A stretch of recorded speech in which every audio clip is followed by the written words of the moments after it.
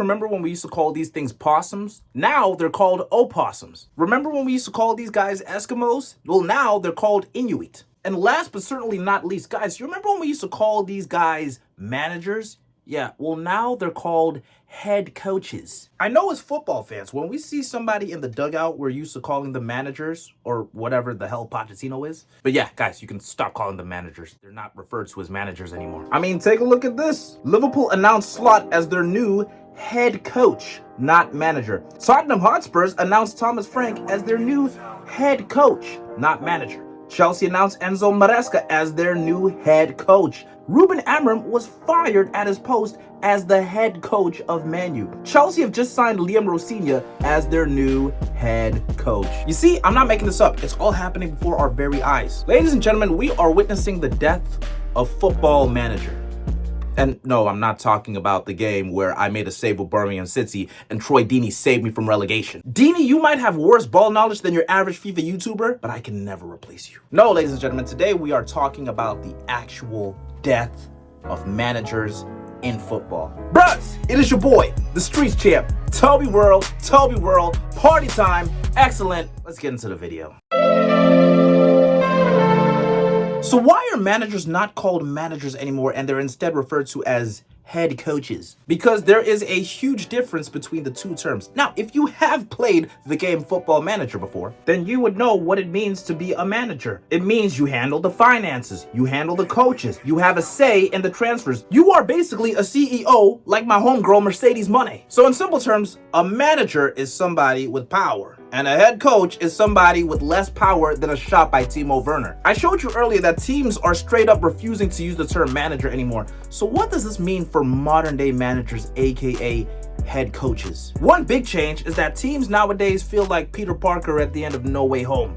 They just don't have an identity. Throughout the history of football, managers have actually been the reason why football teams have a certain identity. When you think about Barcelona playing tiki-taka or implementing players from La Masia and giving rise to players that are the same height as Rey Mysterio, but they pass like it's no tomorrow. A lot of that is because of their former manager, Pep Guardiola. He implemented a culture in Barcelona, the same way a manager like Johan Cruyff implemented a culture in Barcelona. And I'm telling you this right now, managers are never gonna have this kind of influence on a football team ever again. Not because they're not smart enough, but because they're not allowed to. Head coaches nowadays are essentially like Pedro Neto. No matter how hard they try, they will never influence the game. I feel like when head coaches are hired at teams, this is how owners speak to them. Okay, so this is how the power works around here, okay? At the top is us, okay? And then it's me. No. Then it's the shareholders. And then it's me. No, not yet. Then it's the scouts.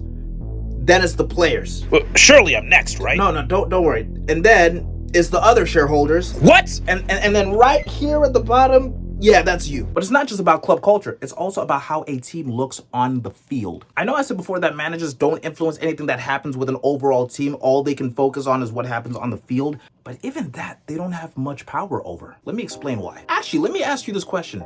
If you were a head coach, but you don't have a say on which players are transferred into your team, and you don't have a say on which players are transferred out of your team, do you actually control the team? Jose Mourinho put a lot of focus on defensive football when he first came to Chelsea, and Roman Abramovich gave him the players that he wanted, like Makelele, like Ricardo Carvalho, like Peter Cech. Nowadays, a board doesn't care what a manager or a head coach, I hate that stupid term, wants. They're gonna buy players that they want, and then they're gonna tell the head coach to go and figure it out. Now, I know what a lot of you guys are gonna say. You're gonna say that, oh, but if you're a good manager, then you can figure it out with whatever kind of players that you have, right? But I have to ask, if you have enough faith to give somebody a job, why not back them to the absolute max? Because now at this point, it's starting to feel like you could pretty much just hire anybody to be a manager. It doesn't matter. But while we're on this topic, let's talk about transfer policies in this new era of head coaches.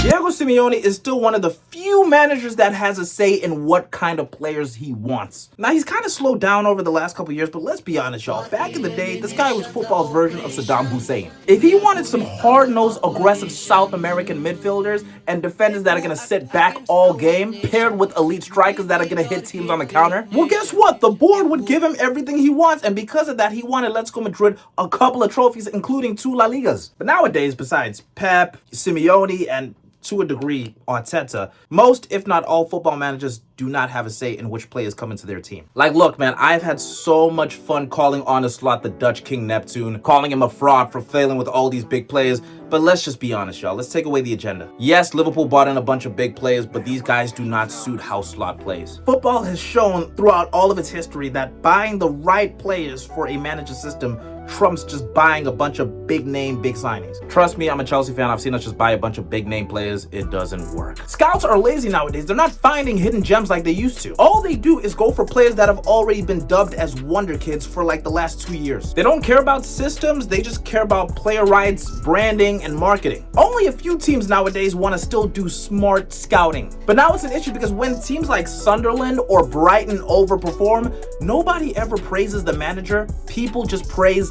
the scouting. We live in an age where managers are so powerless that they get less credit than scouts. So guys, if your team gets a new manager, please don't say something naive like, oh, I sure hope the board backs the new manager. They don't see them as a manager and they're not going to back them. They're just going to sign who they want to sign. There's a story I love where Jose Mourinho wanted a striker at Chelsea and Roman Abramovich was just listing a bunch of big name strikers, well-known players, former Ballon d'Or winners. But Mourinho said he wanted an unknown 27-year-old striker in France. Abramovich was confused. He said, dude, we could get anybody else. Mourinho said, dude, shut up and pay. I want Drogba. Imagine if Enzo Maresca said to Iqbali, you know what, Liam Delap is not actually a striker, he's actually WWE Hall of Famer Kane. I want this striker, just shut up and pay. Bro, Enzo's body would be found in an alleyway 2 days later. Managers are not allowed to make requests anymore. Hell, look at Amorim at Man United. Yes, I know the guy was playing Eiffel Tower formations and he had a 39% win rate. But you know what's insane? He wasn't even fired because of his on-the-pitch shenanigans. He was fired because during a press conference, he basically said he has no power over the team. Yeah, football boards are basically like Big Brother from 1984. I really think this is why Amorim just kept playing that 3 in the back even when people told him to stop,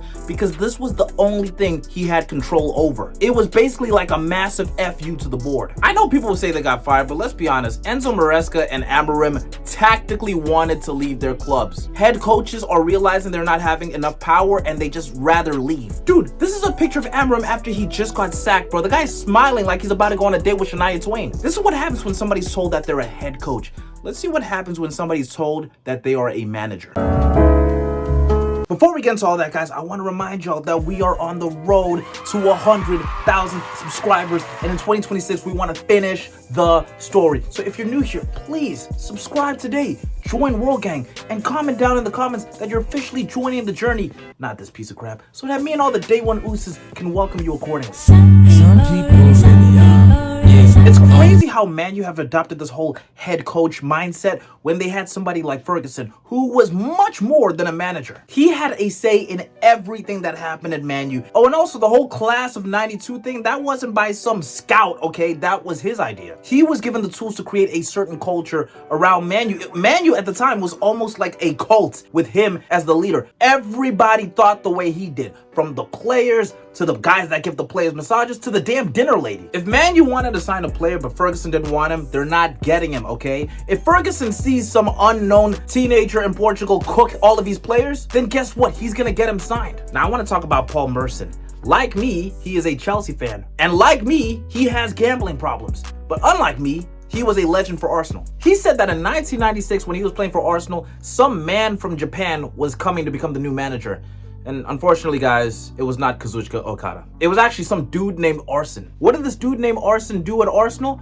Well, he completely overhauled the training regime. He changed the players' diets, and he even took away booze in their player lounge, which was not common back in the day because back then, most Premier League players were drinking more than Stone Cold Steve Austin. He completely overhauled Arsenal's DNA. And I know what people are gonna say, oh, but Toby, these guys are two exceptions. Okay, what about the people that had all the power and they failed spectacularly? This is the risk you have to take in football. High risk, high reward. This is why football is so boring nowadays. It's run by scared owners and scouts that are obsessed with stuff like XG. There's no big personalities anymore. The way managers are hired nowadays is like when Deadpool was hiring people for his X team and he simply hired a dude named Peter just because his name is Peter. This is why when Chelsea were looking for a new manager, they could go down to the championship. This is why when Bayern were looking for a new manager, they went to a manager that recently got relegated with Burnley, because it honestly doesn't matter who's the head coach anymore. Managers don't have an identity anymore. Dude, look at Sean Dyche. He manages Nottingham Forest. They don't even play 4-4-2 anymore. And all of this is the reason why managers are not managers anymore. They're head coaches, and they could literally be anybody. I wouldn't be surprised that if in a couple of years' time, Chelsea hire me as the head coach, which would probably be a good thing because then I can finally do what I've always wanted to do and convert Pedro Neto into a left wing back. Anyways, guys, that is the end of the video, guys. I appreciate you guys watching this video. What do you guys think about this drastic change in management and who's in charge of clubs? Have you noticed it affect your team? Guys, please comment down below. Tell me exactly what you think. And guys, if you have enjoyed this video, please like and subscribe. And guys, check out the links in my description. Those are really important because I want you guys to engage with those. Maybe join our Discord so I can be able to have more access to you guys. I can talk to you guys more. I appreciate you guys so much. And yes, I made this video while I was sick, so it's not as much high energy as usual. But I do appreciate you guys so much, and I hope you guys are having a great start to the new year. Appreciate y'all. It's been your boy, the Streets Champ, and I've just given you the gift of the world. Drink it in, man.